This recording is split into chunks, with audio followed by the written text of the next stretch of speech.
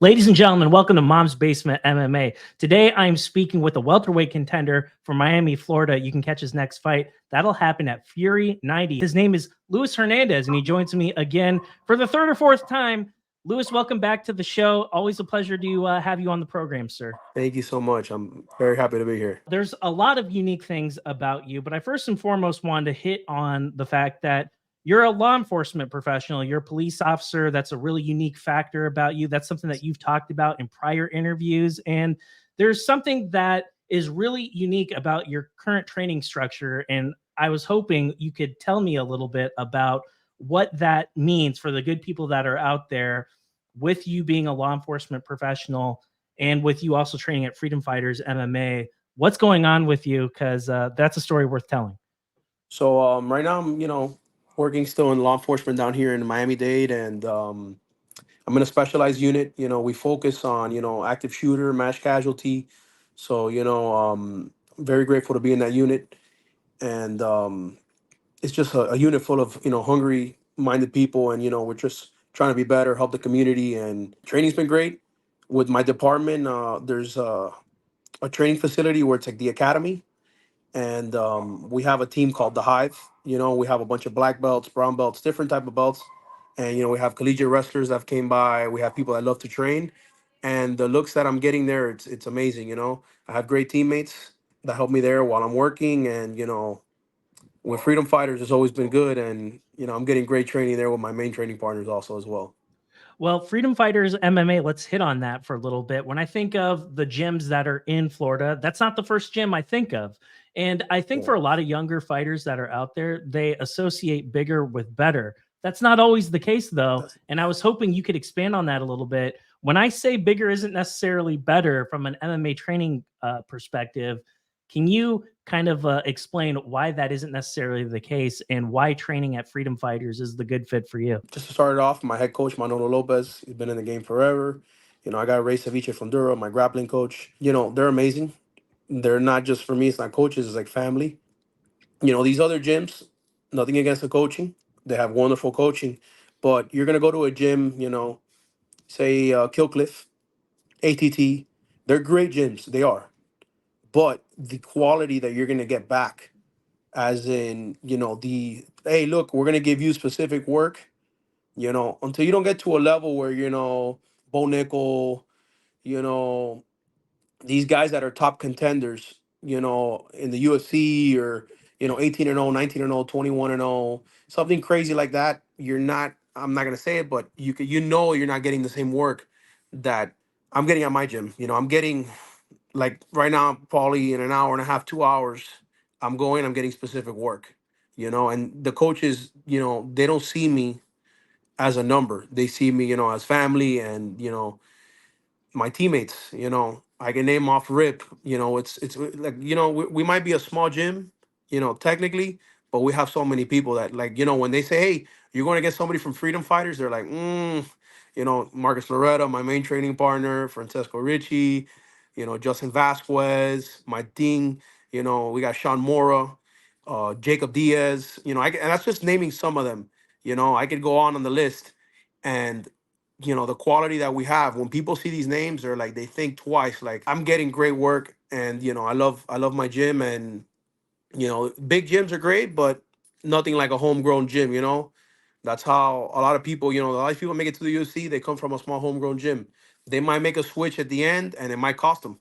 You've seen in people's career where they're doing so great with their coach, and then they're like, oh, I'm gonna get a change. I don't see nothing wrong with getting different looks, if you're gonna spar and stuff like that. That when you make that whole switch to a bigger gym, it usually doesn't pay off. Let's talk about you specifically. You've competed in multiple weight classes over the course of your career. Yeah. And now here we are. We're fighting at 170 pounds yet again. I think of you, I think of somebody who's really muscular, somebody who's really strong. That's got to be a really difficult cut for you to make, though. I'm not going to beat around the bush. That's got to be a tough cut for you to have to make with somebody with your physique. Can you tell me a little bit, like, what is motivating you to compete at 170 pounds yet again versus 185 pounds? So for me, it's just like a challenge. People are like, hey, you should do 185. You should do 185. Nah, man, I don't feel like doing 185. I can make 185 simply. But my thing is, I want to challenge myself, mentally, physically, if I really, the way I see myself, for me to make a big name, I got to go down to 70. Even my coach was like, hey, technically, you should be a 55er. And I'm like, listen, I would have to cut my leg off to make 55. It's not going to happen. But, I need to fight at 170. And honestly, people might say it's difficult, but for me, it's fun. I embrace the grind. I embrace the putting in the miles, putting in the extra work.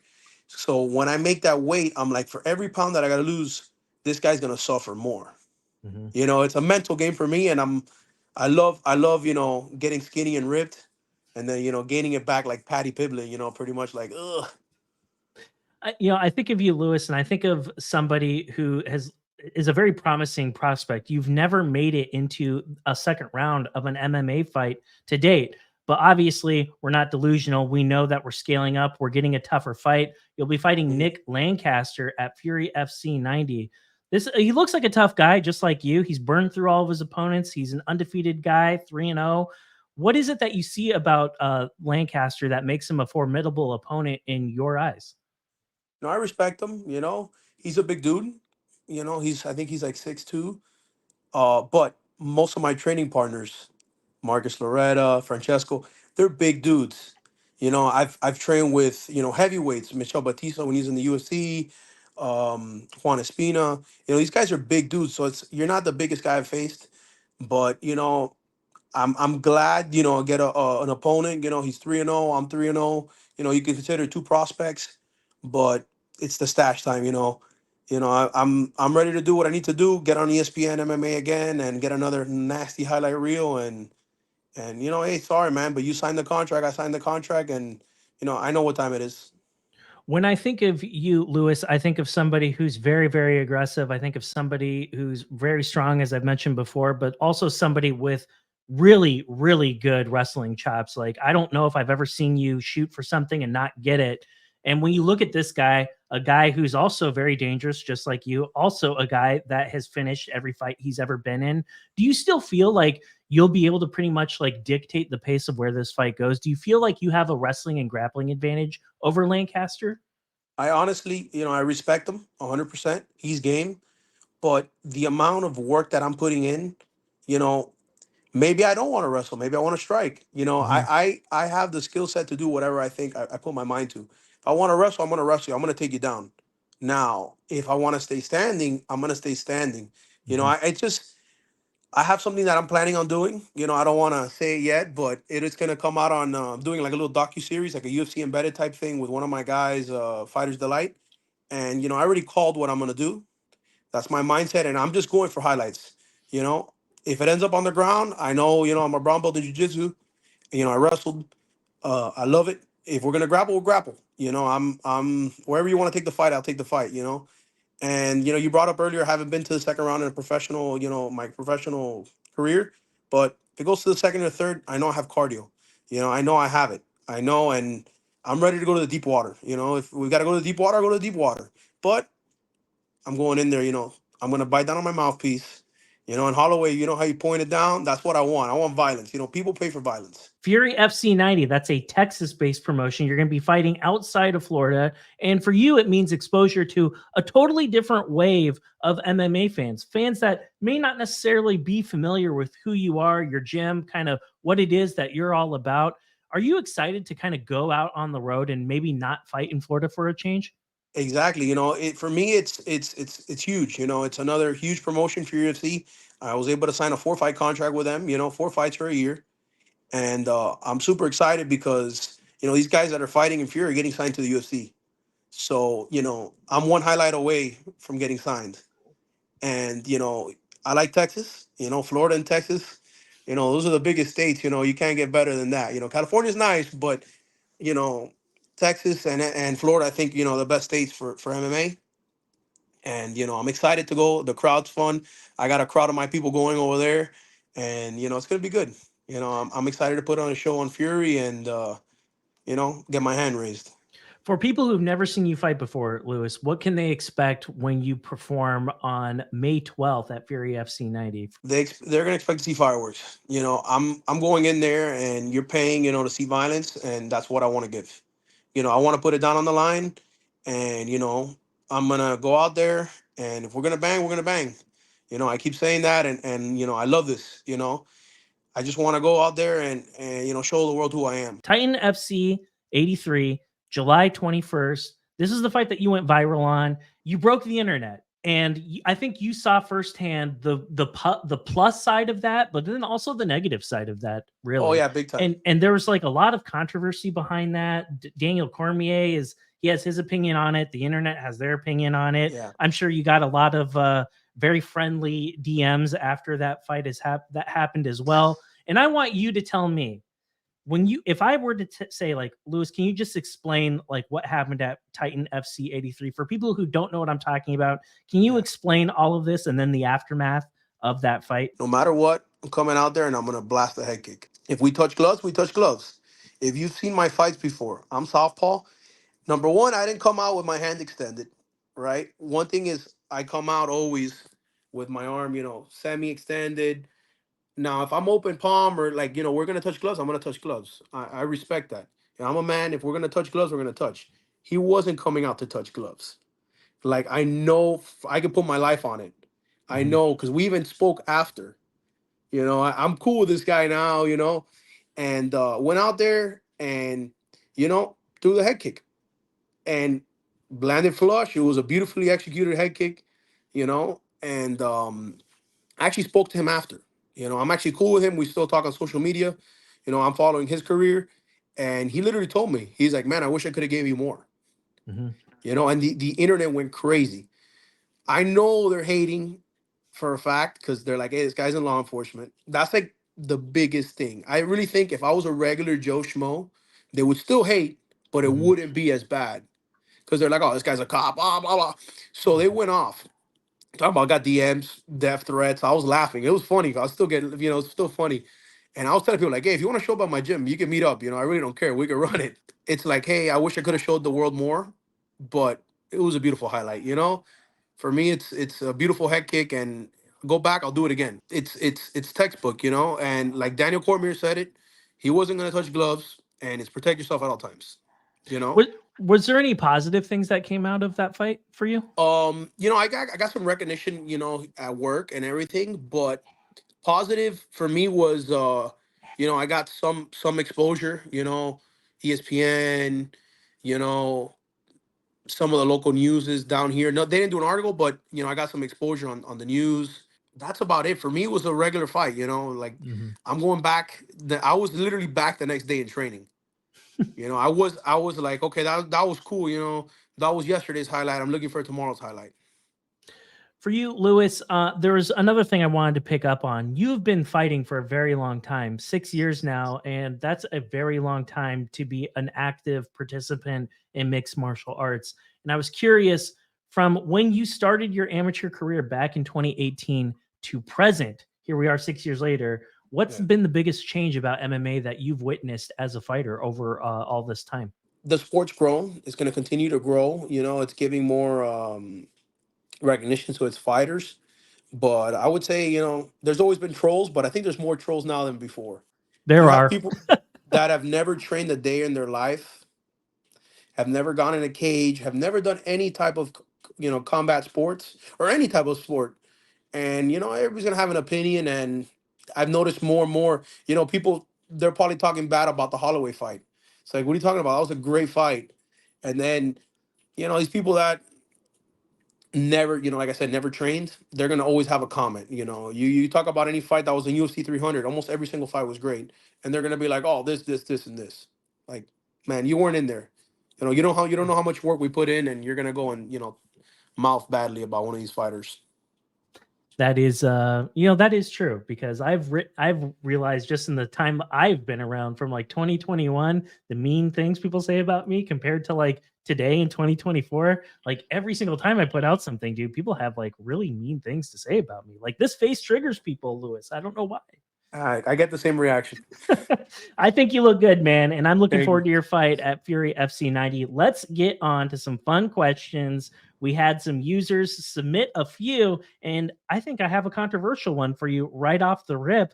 One of the questions I got for Go. you is, who's your favorite training partner at Freedom Fighters? Oof. So honestly, not because I've known him for that long, but he's been there for every single camp, and vice versa. When he needs me, I'm gonna be there for him, and I have to say it's Marcus. You know, I love everybody on my team. I love everybody. I have great partners, but like Marcus probably not probably he is gonna fly out with me to Fury.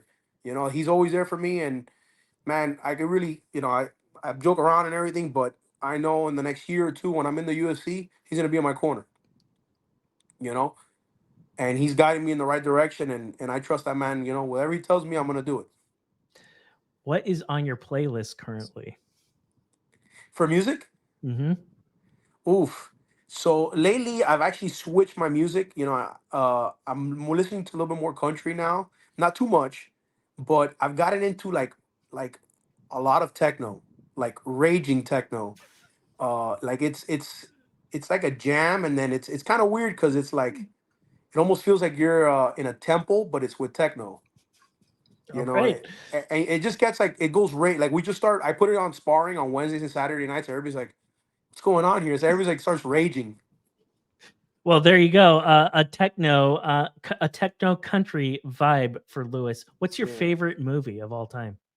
Ooh, this one I would have to say The Patriot with Mel Gibson. You know that is like one of my favorite movies. All right, The Patriot. What's your favorite video game? Ooh, video game has to be Call of Duty. You can't go wrong with Call of Duty. What would you prefer, Street Fighter or Mortal Kombat? Ooh, I'm gonna have to say Street Fighter. I like Mortal Kombat, but Street Fighter. I agree with that one. And with that first UFC check that you get, what is it that you would buy? If I'm gonna indulge in something, it's gonna be for my family that's taking care of me. You know, they take care of me for everything. You know, I'll probably have to give back that first check to the family. You know, and my loved ones.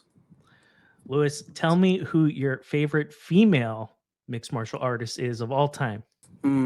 That's a good one. You know, I'm gonna have to still go with Ronda. I like Ronda. Can't go wrong with Ronda. You know, I'll ask you another question. What is your favorite knockout of all time?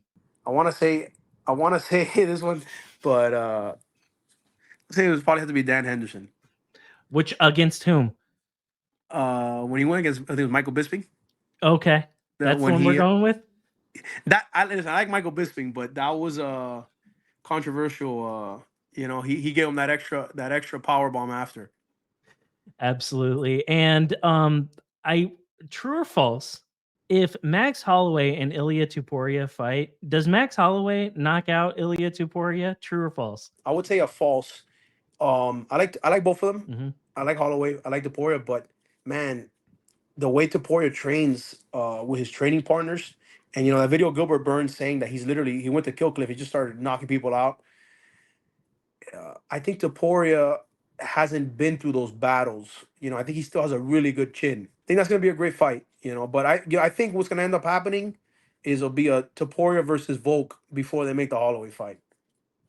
Yeah, it very likely could end up being the case. I hope that we get to see Ilya Taporia and Max Holloway fight. Oh yeah, for sure. Me too. I think that'd be a wonderful fight.